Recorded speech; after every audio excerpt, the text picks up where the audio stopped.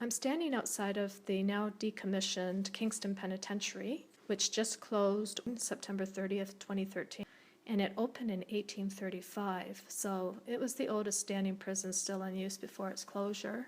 There's 21 acres behind those walls there that go right around the perimeter, and it housed Canada's most notorious serial killers such as Bernardo, Clifford, Olson, Russell Williams, just to name a few. It's for sale right now, so not sure what will become of it, but because it was deemed a heritage site in 1990, it cannot be knocked down, which is a good thing. I'm going to be going on a guided tour, and we'll try to personalize this video as much as I can. I'm going to also dub my voice in. So let's get started. And across the road here is the Kingston Penitentiary Museum, which once was the warden's residence in the early years. This is the visitor's entrance with the guard post to the left. And look at that huge door right there and the bars up top. I just love this architecture. And that is hand-cut limestone, which most of the, well actually all of the prison buildings were made from. A lot of them by the inmates themselves. Over here we have the Canadian flag and the Corrections Canada flag. And this is a instructional, informative board for the visitors. They're quite strict on anybody coming in to see the inmates to make sure that you weren't bringing them drugs or anything else that could be of danger.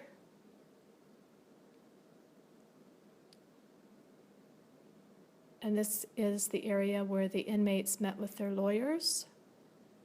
And there is a note here which you can pause and read if you like. And this is the closed visitation area. And this is the open visitation area. And this metal thing in the table is an actual microphone where prison guards could actually monitor the conversations between the prisoners and the inmates. And this area of the prison was built in 1998, so it is a little newer than the rest.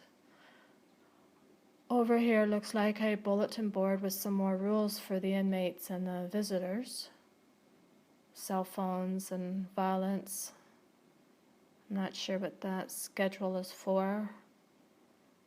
And here's a warning note if you want to pause and read it. This is another new section of the prison that was set up for conjugal visits for the inmates and their families to stay for 72 hours. And you can see the toys there and my hair there. And the inmates actually made money when they worked here at the prison, so the food that they and their families ate here automatically came off of their paycheck. This is where the workers for the penitentiary would check into. And as you can see here, or maybe not, this building was built in 1845, and there's the wall there.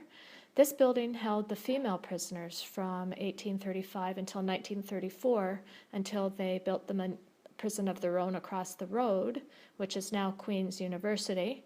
They even held children here at the age of 8 for pickpocketing. Not at this particular building, but they just did not discriminate at all. This was in the initial years. This is the outside of the main cell block, and that little building there is where the warden stayed. Gorgeous architecture again. And that is the outside of the center dome, and that connected all of the cell blocks, also known as the heart of the cell blocks, and the center for the 1971 riot where most of it took place. And this is the guards building. And I just wanted to point this out. Doesn't that look ominous? Look at all those bars. This is the upper level of one of the cell blocks, and apparently there isn't much ventilation up there, so the inmates got cold in the wintertime. And there's the guard post for this cell block area. And this is entering one of the cells, and they're just a single inmate room, if you could call it that, 2.5 feet wide by 8 feet long, but apparently they could put the bed up against the wall to make more room after they got up.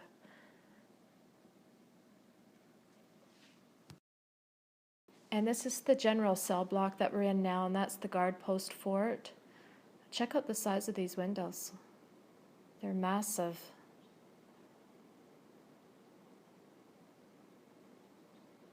And like the other one, it has 2 levels. That's the upper level there.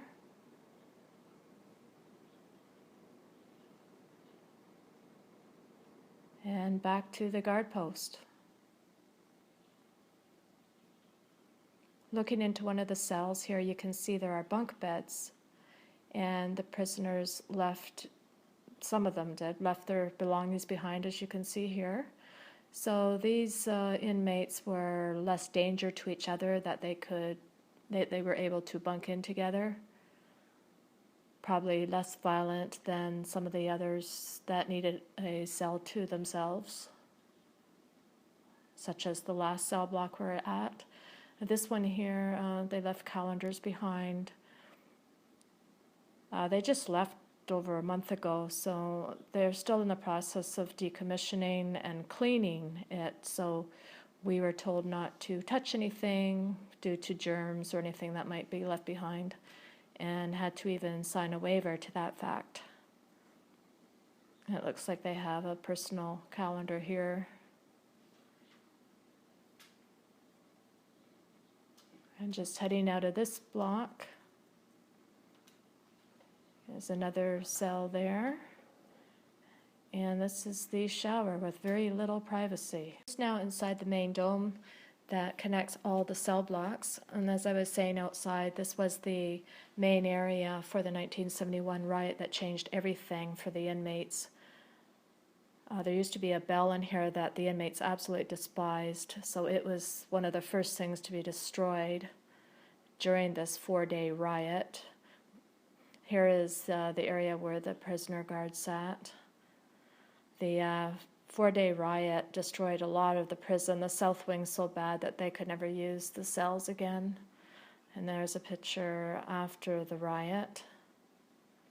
After this, the inmates were treated much more humane, and this also marked the end of corporal punishment. And now we're just entering the segregation area. This is the area where the notorious inmates stayed, in the segregation area. As you can see, they're a little larger than the other cells. That's because they were in here for 23 hours a day with only 1 hour allowed outside. And this is what the doors look like, not like your typical barred doors.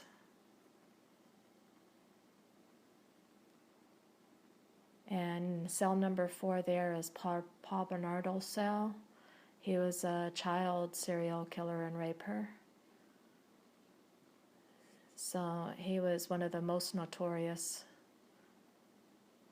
There was also a rapist in here that raped 200 women. Here is the shower. Look at the tiny little privacy thing there. And I'm sure they had a lot of those grievances. Here's some writing on a board here. I can't tell if it's from the inmates or the workers or both, kind of giving a farewell. This looks kind of scary. And the library. And this is where we just came out, where the cell blocks were. And looking over this way is the building where they treated the criminally insane. It was the mental treatment center. Only one way in and one way out is what they say. There's that gorgeous architecture again. And here's the side of that treatment center. You can hardly see in the windows, it's so heavily barred. But I guess you can't blame them. And this is the workshop area where the inmates came to work for $6.95 per day. And as you can see, it's beautiful architecture in this little dome area. I'll just pan around to give you a better view. And the huge skylight here. There's the metal shop. And just to think that these machines were working not that long ago, just over a month ago or so. And these are the footprints where the inmates had to stand to be patted down every morning before they started work. And the guard post area for this side. And the carpenter shop. I get a look in here. It's a little hard to see as the windows are so narrow, unfortunately. But again, a bustling place not that long ago. Heavy-duty elevator over there, but I don't know where that goes.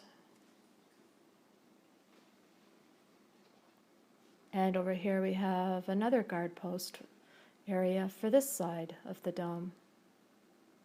You can't really see that well, all the reflections.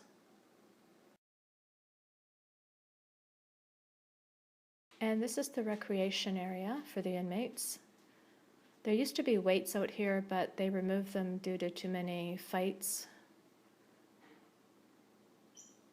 Now it looks like there's just a basketball court and a thing for boxing there.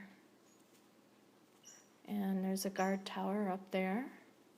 And back in 1999, a famous bank robber named Tyrone Conn, short for Tyrone Conn, escaped through that smaller, shorter wall there. He made a makeshift ladder out of wood and a grappling hook to get over top, and he used cayenne pepper so that the dogs could not smell his scent.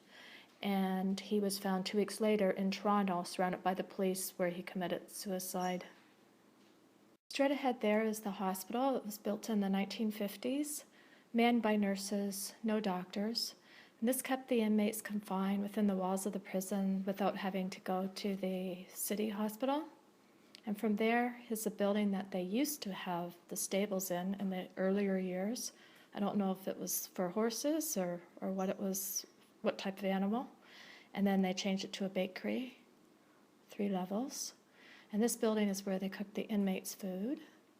And here's a closer look of the wall with the guard tower. And here is the old mess hall. It was built in 1939 for prisoners to gather and eat.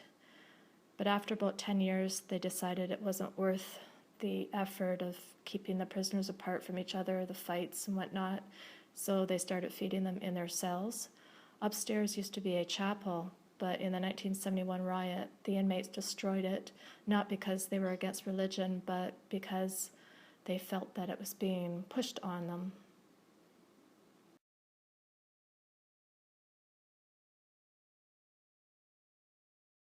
And as the sign says, this is where the parole hearings were heard. And it looks like we got parole, so we're out of here. I hope you enjoyed the tour, and thanks for watching.